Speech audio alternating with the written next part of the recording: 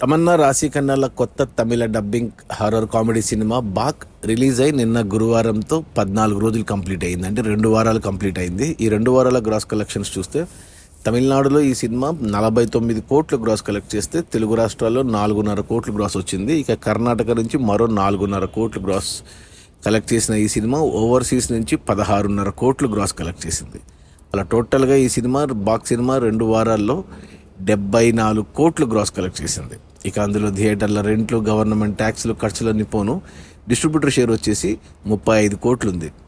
ఈ సినిమాని డిస్ట్రిబ్యూటర్లు 25 కోట్ల కొంటే 25 కోట్లు వెనక్కి వచ్చి మరో 10 కోట్ల లాభాలతో సినిమా సూపర్ హిట్ అయింది. ఈ సినిమా బడ్జెట్ వచ్చేసి 40 కోట్లు అయితే థియేటర్లకి 25 కోట్లకు అమ్మారు. ఓటీటీ అండ్ టీవీకి 18 కోట్లకు అమ్మారు. అంటే 43 కోట్లు ప్రొడ్యూసర్లకు వచ్చాయంటే 3 కోట్ల లాభాలతో సినిమా రిలీజ్ అయింది.